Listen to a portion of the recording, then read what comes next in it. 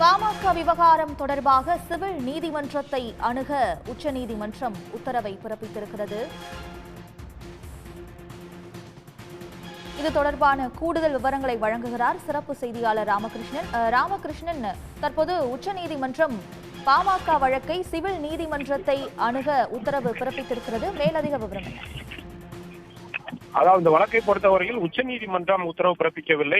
டெல்லி உயர் நீதிமன்றம் தான் உத்தரவை பிறப்பித்திருக்கிறது. பாமக வழக்கை பொறுத்தவரையில் பாமக என்ற கட்சி தற்போது இரண்டு பிரிவாக செயல்பட்டுக் கொண்டிருக்கிறது. அன்புமணி ராமதாஸ் தலைமையில ஒரு அணியாகவும் டாக்டர் ராமதாஸ் தலைமையில் இரண்டாவது அணியாகவும் செயல்பட்டுக் கொண்டிருக்கிறது. இருவருமே அந்த கட்சியை உரிமை கொண்டாடி கொண்டிருக்கின்ற இந்த சூழ்நிலையில் தேர்தல் ஆணையம் கடந்த 27ஆம் தேதி ஒரு உத்தரவை பிறப்பித்திருக்கிறது. அன்புமணி ராமதாஸ் தலைமையிலான அந்த குழுவுதான் உண்மையான பாட்டாளி மக்கள் கட்சி என்றும் அன்புமணி ராமதாஸ் தான் அந்த கட்சியினுடைய தற்போதைய தலைவர் என்றும் தெரிவித்திருக்கிறது.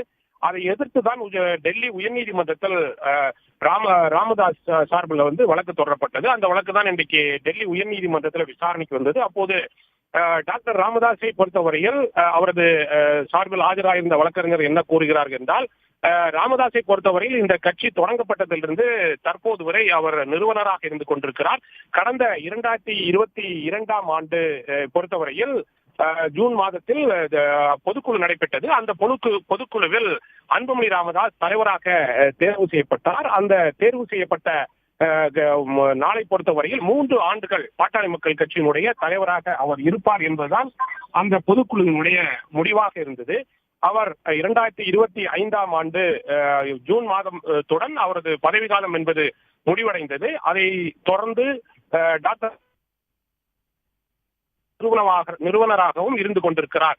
இது ஒருபுறம் இருக்க, அன்புமணி ராமதாஸை பொறுத்தவரையில் தற்போதைய சூழ்நிலையில் தலைவராக இல்லாத பட்சத்தில் 2023ஆம் ஆண்டு பொதுக்குழு நடத்தப்பட்டு அதற்கு பிறகு 3 ஆண்டுகள் அவர் தலைவராக இருக்கிறார் என்று இந்திய தலைமை தேர்தல் ஆணையத்தில் தவறாக ஒரு கடிதத்தை கொடுத்து தற்போதும் அவர் தலைவராக இருக்கிறார் என்று சுட்டிக்காட்டியிருக்கிறார். அந்த ஆவணத்தின் அடிப்படையில் தான் இந்திய தலைமை தேர்தல் ஆணையம் கடந்த 27ஆம் தேதி ஒரு கடிதத்தை வெளியிட்டிருக்கிறது. அந்த அடிப்படையில் அன்புமணி ராமதாஸினுடைய புனரமைக்கப்பட்ட அந்த கடிதத்தின் அடிப்படையில் வருகின்ற 2026 ஜூன் மாதம் வரை அன்புமணி ராமதாஸ் கட்சியினுடைய தலைவராக இருப்பார் என்று இந்திய தேர்தல் ஆணையம் தெரிவித்திருக்கிறது.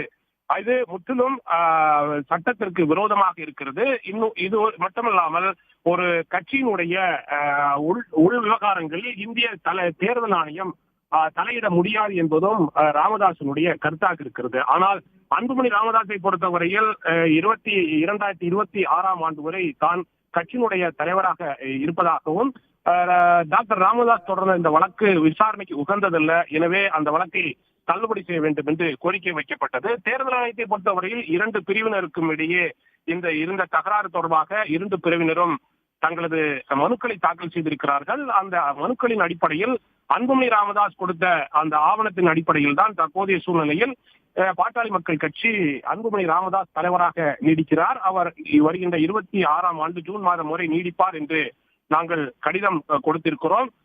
அவ்வாறு அவருக்கு கொடுத்திருக்கின்ற இந்த கடிதத்தின் அடிப்படையில் வழக்கு தொடர வேண்டும் என்றால் உரிமையியல் நீதிமன்றத்தை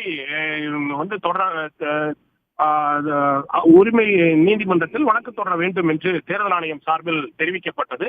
இருதரப்பு வாதங்களையும் கேட்ட நீதிபதிகள் தான் அங்கீகரிக்கப்படாத கட்சியை பொறுத்தவரையில் தேர்தல் ஆணையத்தின் கட்சியின் உள் விவகாரங்களில் தலையிட்டு முடிவெடுக்க முடியாது என்று கருத்தை தெரிவித்திருக்கிறார்கள். கடிதங்களின் அடிப்படையில் தேர்தல் ஆணையம் முடிவெடுக்க முடியாது என்றும், அங்கீகரிக்கப்படாத கட்சியின் உரிமம் கோரல் விவகாரத்தில் ஒரு சாரனுடைய கருத்தை பெற்று தேர்தல் ஆணையம் முடிவெடுக்க முடியாது, அது தேர்தல் ஆணையத்தினுடைய அதிகார வரம்புக்குள் வராது என்று கருத்து தெரிவித்த நீதிபதிகள் கட்சி உரிமை கோரல் விவகாரத்தில் சிவில் நீதிமன்றத்தை அணுக உத்தரவு பிறப்பிக்கப்பட்டிருக்கிறது. பாட்டாளி மக்கள் கட்சி நிறுவனர் ராமதாஸ் தொடர்ந்த வழக்கையும் தற்போது முடித்து வைத்திருக்கிறது டெல்லி உயர்நீதிமன்றம். இதை வைத்து பார்க்கும்போது ராமதாஸை பொறுத்தவரையில் உரிமையியல் நீதிமன்றத்தில் தான் தேர்தல் ஆணையத்தினுடைய இந்த முடிவை எதிர்த்து வழக்கு தொடர வேண்டும்.